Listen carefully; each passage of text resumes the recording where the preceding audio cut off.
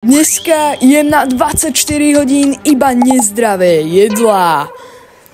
Ako to dopadlo, uvidíš v tomto videu. Dámy a páni, momentálne je 7 hodín, no a ja si dám tento Prime. Poďme ho ochutnať.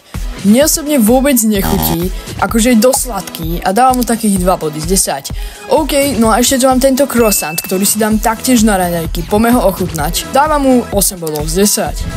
Každopádne takto po raňajkách mi napadlo, že by som išiel na pizzu. Rozhodol som sa ísť do tej najhoršej pizzerii v mojom okolí, tak poďme na to.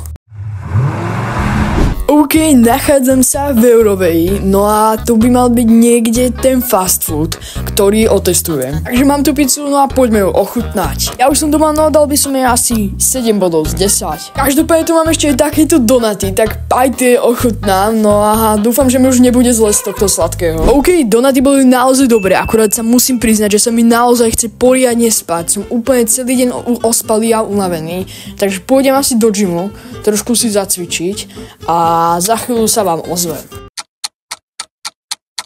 Mám tu takýto ako ďalší nápoj Prime, ale tentokrát Glober, je to nejaká limitovaná edícia, no a poďme ho ochutnať. Cítim tam jablko, no a podľa mňa to je jeden z tých lepších Primeov a dal by som mu asi 6 bodov z 10. Následne som zašiel do Lidlu, pretože som si chcel kúpiť večeru. OK boys, už som sa vrátil z Lidlu, no a úprimne som si kúpil takýto hnusný polotovar. Vyzerá to nejako takto, tak som naozaj zvedavý, ako to bude reálne chutiť, pretože ak to bude chutiť tak, ako to vyzerá, tak to nechcem ani ochutnávať. No a ešte tu mám aj takéto cookies, takže to všetko ochutnáme ešte dnes. Yes, vložíme to sem, OK, kámo, tá pizza vyzerá otrasne. No a ešte dúfam, že túto večeru zachráni tento donát. Ten by to reálne mohol zachrániť, ale inak to vyzerá odporne. Reálne, ten donát chutí naozaj dobre. Dávam mu takých solidných 7 bodov z 10. No a poďme sa vrhnúť teraz na tú pizzu.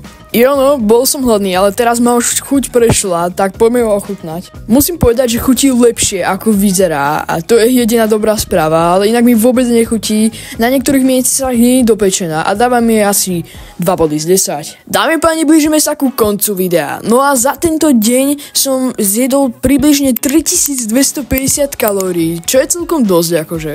Takže ďakujem, že ste dosledovali toto video až sem, budem rád za každý like a odber. No a zatiaľ čau.